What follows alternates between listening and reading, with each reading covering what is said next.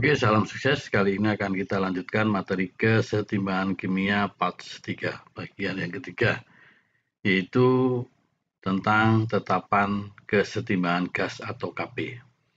Jadi, kemarin kita sudah bahas tentang bagaimana menentukan Kc, kesetimbangan konsentrasi, terus faktor-faktor yang mempengaruhi pergeseran kesetimbangan, dan sekarang lanjutannya adalah menentukan tetapan kesetimbangan gas atau Kp.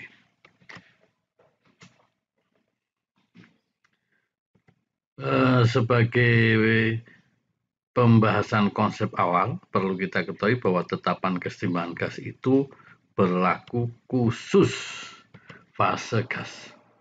Jadi saya ingatkan lagi, ini berlaku khusus fase gas. Jadi kalau seandainya yang bereaksi atau produk bukan fase gas, tidak kita ambil karena tidak mempengaruhi. Misalkan P koefisien dari A fase gas dan Q koefisien dari B fase gas, dan R adalah koefisien C dari fase gas. Maka Kp-nya adalah tekanan parsial C dipangkatkan koefisien yaitu R dibagi dengan tekanan parsial A, PA, dipangkatkan koefisien A yaitu P, dikali tekanan parsial B, BB, dipangkatkan koefisien B yaitu G. Oke. Nah, tekanan parsial A itu adalah mol A dibagi dengan mol total, yaitu mol A plus B plus C dikalikan tekanan total. Sedangkan tekanan parsial B berarti mol B per mol total dikali B total. Untuk tekanan parsial C berarti mol C dibagi mol total dikali tekanan total. Oke. Nah, sekarang untuk memantapkan konsep kita aplikasikan dalam bentuk soal. Pada suhu tertentu dalam ruang tertutup yang bertekanan 10 atm. Nah, 10 atm ini berarti menunjukkan P total. Jadi P totalnya adalah 10 atm. Kemudian terdapat dalam keadaan setimbang. Nah, ini kuncinya ini sudah setimbang. Berarti kita tidak usah menyusun MPS. Mula-mula yang bereaksi dan setimbang. Langsung kita ambil saja karena kondisi sudah setimbang. Nah, berarti kalau seumpama kita mencari tekanan parsial dari SO2, P SO2, berarti mol SO2 yaitu 0,3 dibagi mol total 0,3 tambah 0,1 tambah 0,1 yaitu 0,5 dikali P total. P totalnya adalah 10. Jadi tadi di depan sudah saya jelaskan bahwa tekanan parsial adalah mol yang dicari per mol total kali P total. Nah, 10 dibagi 5 kan 2. Berarti kalau 10 dibagi 0,5 adalah 20. 20 kali 0,3 berarti 6 atm. Kemudian tekanan parsial SO3.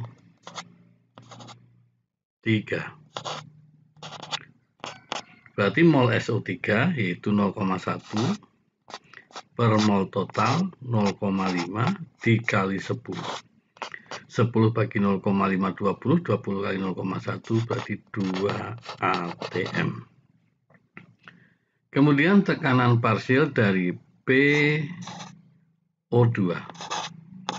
sama molnya berarti 0,1 per 0,5 dikali 10 berarti hasilnya sama 2 atm. Nah, kemudian kita masukkan rumus Kp. Kp berarti tekanan parsial dari sebelah kanan SO2 dipangkatkan koefisien dikali tekanan parsial O2 dibagi dengan tekanan parsial SO2. 3 pangkatkan koefisien 2. PSO2 6 pangkat 2. PO2-nya adalah 2 per PSO3-nya adalah 2 dipangkatkan 2 4, berarti 2 ini kita coret tinggal 2. 6 pangkat 2 36, 36 dibagi 2 berarti 18 atm. Oke, berarti jawabannya adalah B. Oke, baik. Untuk lebih mantap lagi, kita lanjutkan materi berikutnya. Dalam ruang 1 liter dicampur 4 mol zat A dan 5 mol zat B. Nah, ini kondisi belum setimbang. Berarti kita harus susun dulu. Kita tulis reaksinya dulu, yaitu bahwa A plus 2B menghasilkan C. Mula-mula bereaksi setimbang atau sisa. Nah, A mula-mula 4 mol. B-nya 5 mol.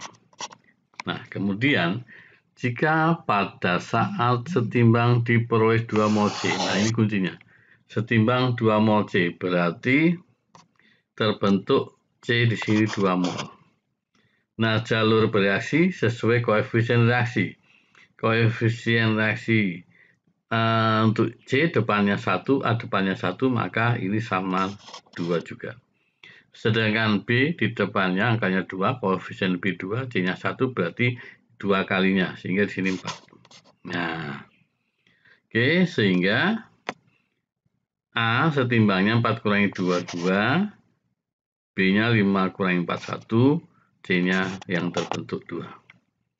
Nah, setelah selesai, ini adalah mol dalam keadaan setimbang 2, 1, 2. Nah, untuk menentukan Kp berarti kita cari tetapan parsial masing-masing dulu. Misalkan kita cari tetapan tekanan parsial A, PA. Berarti mol A itu di situ 2 per mol total 2 tambah 1 tambah 2, 5. Dikali P total. P totalnya nih 10 atm. Berarti ini kita coret 2 sehingga menghasilkan 4 atm. Kemudian tekanan parsial B. Di situ setimbangnya 1. Jadi diambil yang baris bawah ya 1 per 5, P totalnya sama dikali 10. 10 bagi 5 2, 2 kali 1 2 atm. PC-nya tekanan parsial C. Tekanan parsial C mol C 2 berarti sama dengan PA. Di 2 per 5 dikali 10 yaitu 4 atm. Nah, sekarang kita masukkan ke rumus Kp, yaitu tekanan parsial C dibagi tekanan parsial A dikali tekanan parsial B dipangkatkan 2. Oke, kita masukkan PC-nya 4 per tekanan parsial A-nya 4. PB-nya 2 dipangkatkan 2.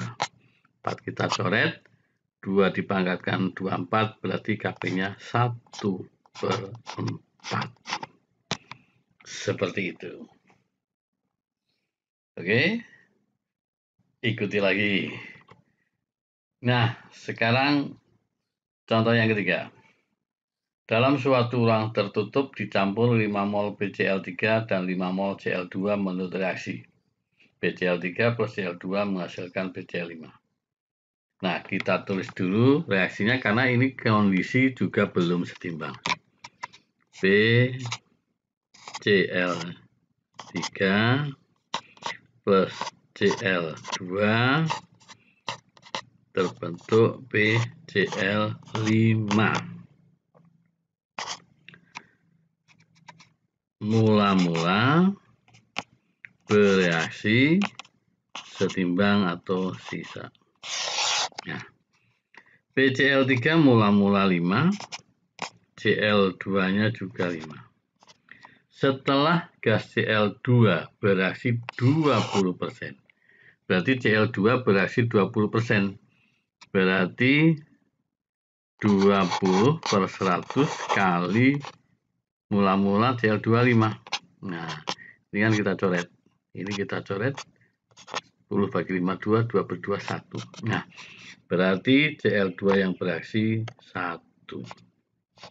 Nah, kita bisa isi jalur B bereaksi sesuai koefisien reaksi, perbandingan koefisien reaksi. Koefisien Cl2 1, koefisien BCl3 1, maka di sini sama, yang bereaksi BCl3-nya juga 1. Terus bagaimana BCl5 yang terbentuk? Kita lihat aja koefisiennya.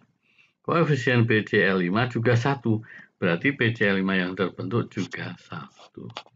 Sehingga setimbangnya BCl5 1, Cl2 4, BCl3 4. Nah, inilah yang kita masukkan nanti untuk mencari Kp. Nah, kemudian kita cari tekanan parsial BCl3. BCl3 yaitu mol Cl3 yang dalam keadaan seimbang adalah 4 per mol total 4 tambah 4 tambah 1, 9 dikali TP total 3. Kita sederhanakan 9 dibagi 3 kan 3, sehingga hasilnya 4/3 atm. Kemudian tekanan parsial Cl2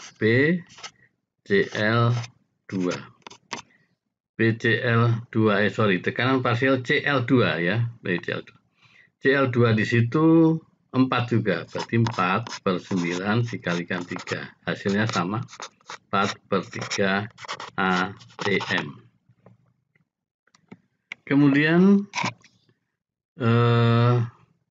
tekanan parsial dari Cl2. Oke, ini kita hapus dulu.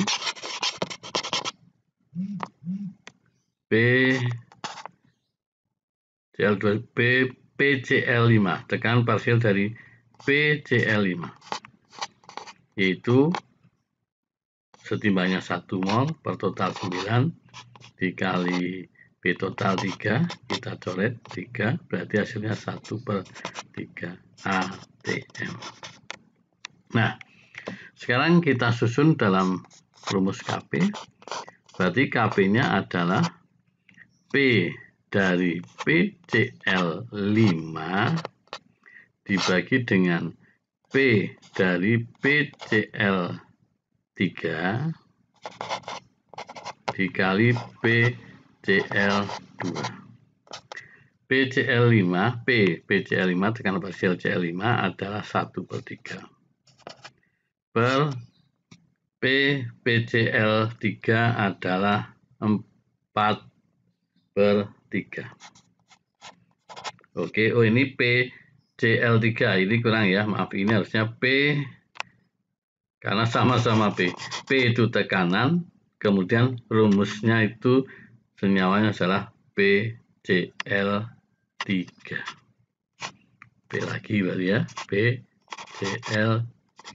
Nah, kemudian PCl2-nya adalah 4/3 juga. Kita masukkan 4/3. Sehingga hasilnya di bawah itu kan 4 kali 4, 16. 16/3. Berarti 1/3 pembagian kan pecahan dibalik. Kali bawahnya 16/9, berarti 9/16. Gitu ya. Sama dengan ini kita coret 9 bagi 3, maka 3/16. Oke, tuh. Jadi tekanan parsial PCl3-nya setimbangnya molnya 4 per mol total 9 dikalikan 3. Kita coret 3, hasilnya 4/3. Begitu juga PCl2 sama. Kemudian tekanan dari PCl5 1/9 kali 3, 1/3. Rumusnya kanan dibagi kiri. Kebetulan koefisiennya semua 1. Berarti 1/3 tidak dipangkatkan per 4/3. BCl3-nya 4/3. Kemudian tekanan parsial Cl2-nya juga 4/3. Sehingga 1/3 dibagi 4/3 per 4/3, 16/9, dibalik 9/16. Oke, mantap. Ya, sekarang kita lanjut lagi. Hubungan antara Kc dan Kp. Ya, kalau kita lihat Kp itu ada keterkaitan dengan Kc. Kp itu adalah Kc dikalikan dalam kurung RT pangkat delta N. RT itu adalah R konstanta, ya, tetapan. Kp tetapan keseimbangan tekanan gas, Kc itu tetapan kesetimbangan konsentrasi, delta N itu selisih koefisien antara reaktan dan produk, R itu tetapan gas 0,082 dan suhunya dalam Kelvin. Oke, kita coba. Nah, zat api terurai menurut 2AB menjadi 2A plus B2, Kc-nya sudah ada, tentukan Kp pada suhu 27. Oke, berarti suhunya 27 Celcius. Kita ingat harus dirubah Kelvin ditambah 273. Berarti 273 ditambah 27 berarti 300 Kelvin. Nah, berarti Kp adalah Kc dikalikan RT pangkat delta N. Nah, Kc-nya sudah ada 2,5 kali 10 pangkat min 2. R-nya 0,082 kali T-nya 300 pangkat. Nah, delta N-nya berapa? Delta N-nya itu adalah koefisien A sebelah kanan 2 dan B2 3. Berarti 3 dikurang koefisien AB reaktan 2, berarti delta N-nya 1.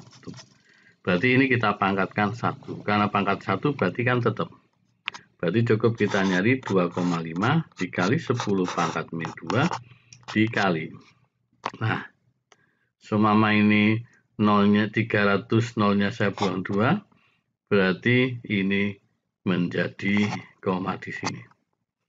Nah, sehingga tinggal 8,2 kali 3. Gitu ya, 8,2 kali 3 berarti 24,6. Nah, berarti di sini adalah 24,6. Nah, sekarang 24,6 kita kali dengan 2,5. Berarti 0 nyimpen 3, 23 nyimpen 2, 10, 12. 2 nyimpen 1, 8, 9, 2, 0, 5, 1, 6. Ada 2 angka di belakang koma, berarti 61,50. 61,50. Ah, ya, tuh. Oke, seperti itu. Ternyata kita bisa juga nyari Kp tanpa mencari tekanan parsial masing-masing zat yang bereaksi atau hasil reaksi apabila Kc-nya sudah ada. Oke, untuk memahami konsep berikutnya kita lihat soal berikut. Kesetimbangan berikut yang mempunyai harga Kc sama dengan Kp. Nah, karena ini Kc sama dengan Kp, kita ingat rumus bahwa Kp itu Kc dikalikan RT dipangkatkan delta N. Nah, agar Kp sama dengan Kc berarti ini RT pangkat delta N harus ketemu 1. Nah, sehingga Kp akan sama dengan Kc. Nah, sekarang ingat, bilangan berapapun kalau dipangkatkan 0 itu 1. Berarti delta N itu harus ketemu 0. Selisih jumlah koefisien reaktan dan produk harus sama atau 0. Kita lihat yang A. A sebelah kanan 2, koefisiennya sebelah kiri H21 Cl21, berarti ini delta N-nya 0. Yang B sebelah kanan 2, sebelah kiri 3 tambah 1 4, berarti delta N-nya adalah 2. Yang C sebelah kanan 2, sebelah kiri 2 tambah 1 3, berarti delta N-nya 1. Yang D ini S, kita buang, ini S. Nah, berarti delta N-nya adalah CO21, sebelah kiri nggak ada. Yang E delta N-nya adalah ini 1, 2, ini 1. Nah, ini L. Nah, ini 1. Berarti delta L-nya adalah 1. Nah, yang delta L-nya 0 adalah yang A. Oke, seperti itu. Salam sukses selalu.